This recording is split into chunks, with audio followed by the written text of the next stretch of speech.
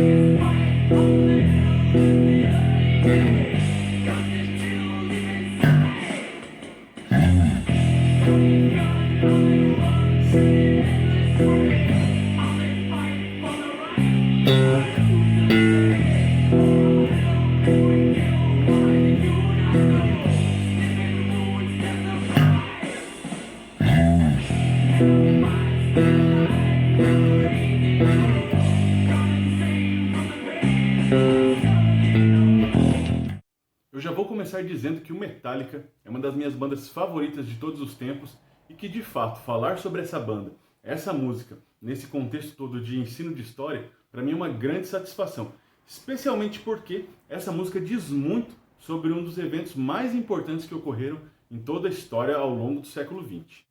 Essa letra da canção For Whom the Bell Tolls, ela é fundamentada no livro homônimo chamado For Whom the Bell Tolls, que foi escrito por Ernest Hemingway e lançado no ano de 1940. Hemingway foi enviado para Madrid no ano de 1937 para fazer uma cobertura jornalística sobre os conflitos que se estabeleceram entre o governo estabelecido e os revoltosos fascistas, naquele momento liderados pelo general Franco. Essa cobertura jornalística gerou então o romance Porque os Sinos Dobram, e é interessante perceber que Hemingway já havia servido como voluntário durante a Primeira Guerra Mundial. E essa visão ampla que ele tem sobre o conflito acaba por se desdobrar, não é, em uma visão muito específica onde ele vai retratar o que ele percebeu do conflito, mas de uma outra forma. Essa obra vai tratar a trajetória do americano Robert Johnson, que compõe as Brigadas Internacionais que vão atuar durante a Guerra Civil Espanhola, evento esse que ocorreu entre 1936 e 1939. E nesse enredo todo, Robert Johnson vai ser responsável pela construção de uma ponte em um território inimigo. Então vejam que a ponte é um elemento de união, né? Um elemento onde serão unidos dois territórios que teoricamente estavam separados. É uma visão romanceada sobre o conflito, mas muito interessante porque ela se desdobra em um evento fundamental para o desenvolvimento da Segunda Guerra Mundial. Essas transformações que ocorreram na Espanha nessas primeiras décadas do século XX são resultante de um processo muito longo de revoluções e transformações políticas que abalaram a Europa nas 3 primeiras décadas do século XX. No caso da Espanha, o rei Afonso XIII tentou transformar ou dar ares republicanos para a Espanha, implantando golpes ou ações políticas que na verdade não mudaram em nada a estrutura política do país e que de fato acabaram por estimular ondas revolucionárias, muitas vezes orientadas pela política que já vinha sendo desenvolvida, por exemplo, na Rússia, que tinha uma vertente mais de esquerda. Nesse contexto, o que acontece é que o rei passa a ser contestado cada vez mais e o rei chega a ser deposto do cargo no comecinho da década de 1930. O primeiro momento de instalação desse evento que recebeu o nome de Segunda República Espanhola, o presidente então, Zamora, ele governou de 1931 até 1936, bem o início da Guerra Civil. E é importante lembrar que nesse contexto todo, o que se vivia na Espanha era uma imensa tensão política entre os dois lados que divergiam politicamente.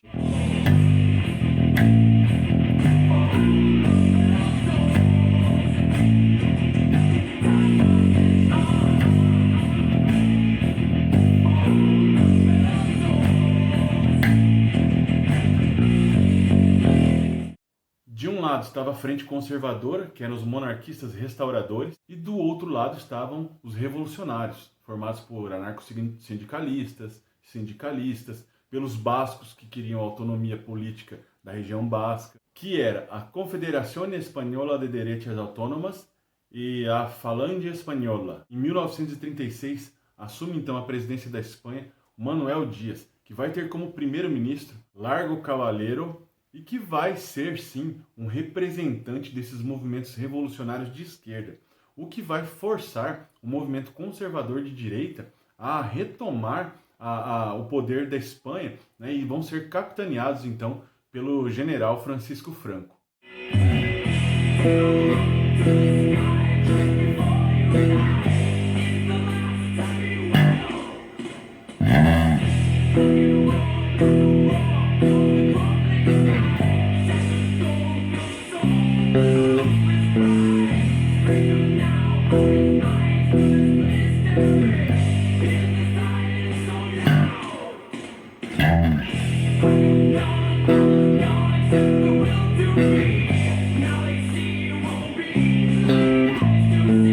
Ao lado do movimento nacional, o general Francisco Franco, juntos com a extrema-direita, vão aplicar um golpe contra a Segunda República Espanhola, o que dará início, então, à Guerra Civil da Espanha.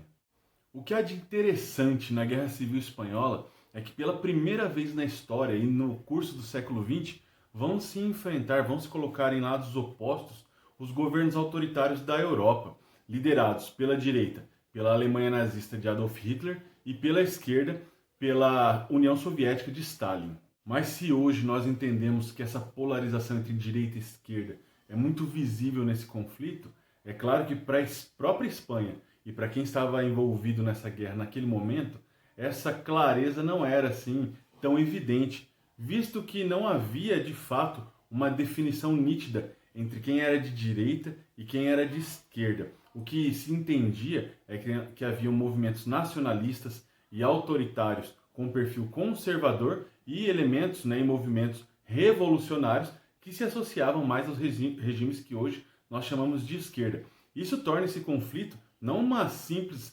resolução em polarização de direita e esquerda, mas sim em um evento onde de um lado estavam os conservadores nacionalistas, autoritários, e de outro lado também estavam autoritários, mas com um perfil mais revolucionário e associado de fato aos regimes conhecidos hoje como regimes de esquerda.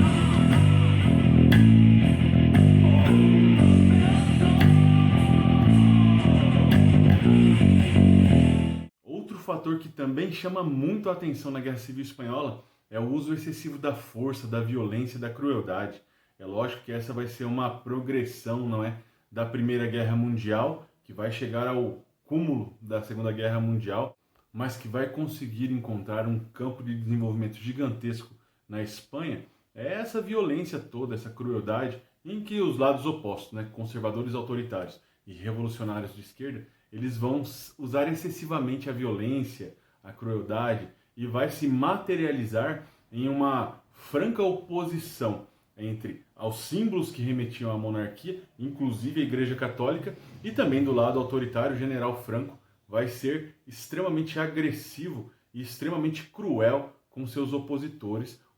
e especialmente contra os rebeldes que queriam se separar de alguma forma da Espanha, como no caso do País Basco. E eu não poderia deixar de lembrar, né, que a Guerra Civil Espanhola foi então palco desses desdobramentos entre os regimes de direita e esquerda e onde os regimes autoritários se confrontaram pela primeira vez, como disse antes, entre a Alemanha e a União Soviética e outros países da Europa e também até os Estados Unidos, como foi o caso de Ernest Hemingway, que acabou sendo um voluntário, né, na cobertura desse evento importantíssimo para o século XX, e a Guerra Civil Espanhola acabou se tornando um laboratório para a utilização de novas armas, que depois acabam sendo utilizadas em larga escala durante a Segunda Guerra Mundial. Tanto é que esse evento fica materializado com um massacre que ocorre na cidade de Guernica, no norte da Espanha, que depois foi lembrado pelo pintor espanhol Pablo Picasso nessa obra aqui, né, muito conhecida por todos nós, mas que lembra, faz uma memória, cria-se uma memória de um evento militar, um massacre que ocorreu durante uma guerra. A Guerra Civil Espanhola terminou em 1939 com a vitória dos conservadores, né, com a vitória do General Franco, que se manteve no governo durante toda a Segunda Guerra Mundial e contava com o apoio da Itália fascista, da Alemanha nazista, e que ficou no poder, né, General Franco, até 1975, ano de sua morte. Após a sua vitória, então, o General Franco ele cria uma espécie de fascismo na Espanha, que é chamado de nacional-catolicismo, e que, por mais incrível que pareça, ele não vai se envolver diretamente na Segunda Guerra Mundial, ele vai se manter à margem desse conflito. Por mais que ele tenha, ainda assim, vendido armamentos para a Alemanha, tenha enviado tropas para combater na União Soviética, ainda assim não há uma participação efetiva da Espanha, que já estava destroçada, já estava o caos instaurado durante o período de desenvolvimento desse conflito mundial. Esse nacional-catolicismo, também chamado de franquismo, era um regime político que concentrava todos os poderes na mão de General Franco. E nesse momento ele acabou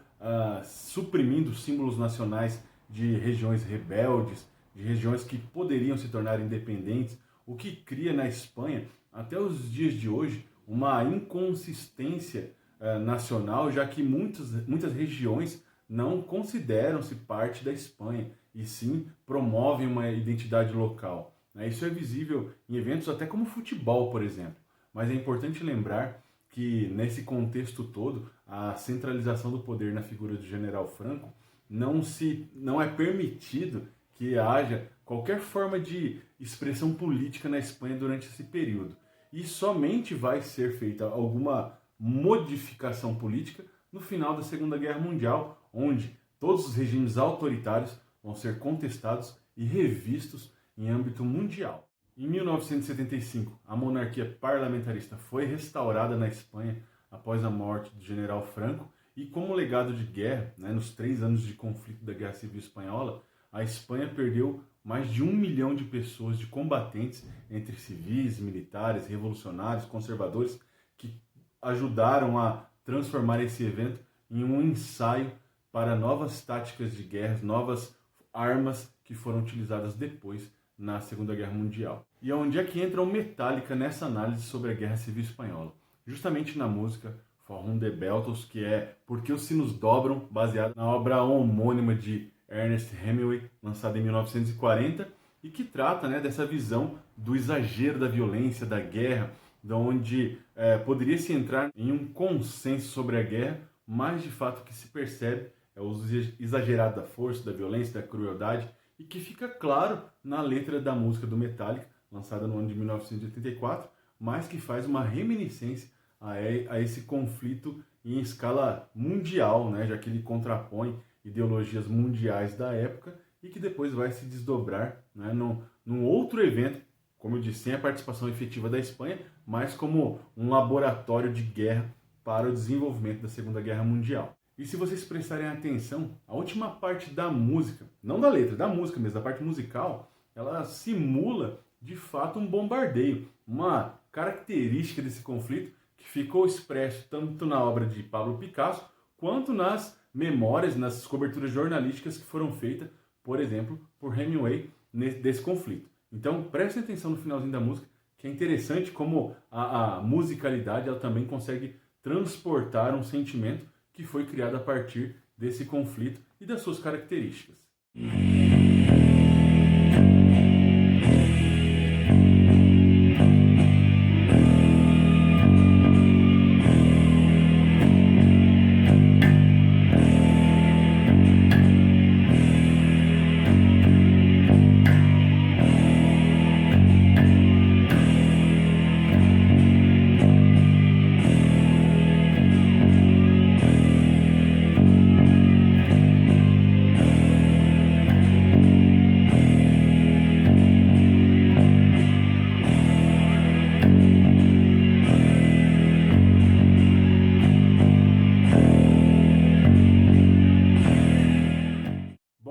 Ficando por aqui, eu espero que vocês tenham gostado desse vídeo, né, dessa experiência do História Vista de Baixo, onde pegamos uma música para analisar um evento histórico, né, um contexto histórico. Eu espero que tenha atingido o objetivo, que vocês tenham gostado. Então, se você gostou, compartilha com alguém, comenta com um amigo, com seu professor, com alguém que você conheça, que de fato tenha um interesse sobre guerra, sobre a Segunda Guerra Mundial, sobre a Guerra Civil Espanhola, enfim, sobre o século XX. Isso é de fato muito importante nesse momento. Beleza? Então é isso aí. Agradeço se você ficou até aqui. Até o próximo História Vista do Baixo. Tchau, tchau!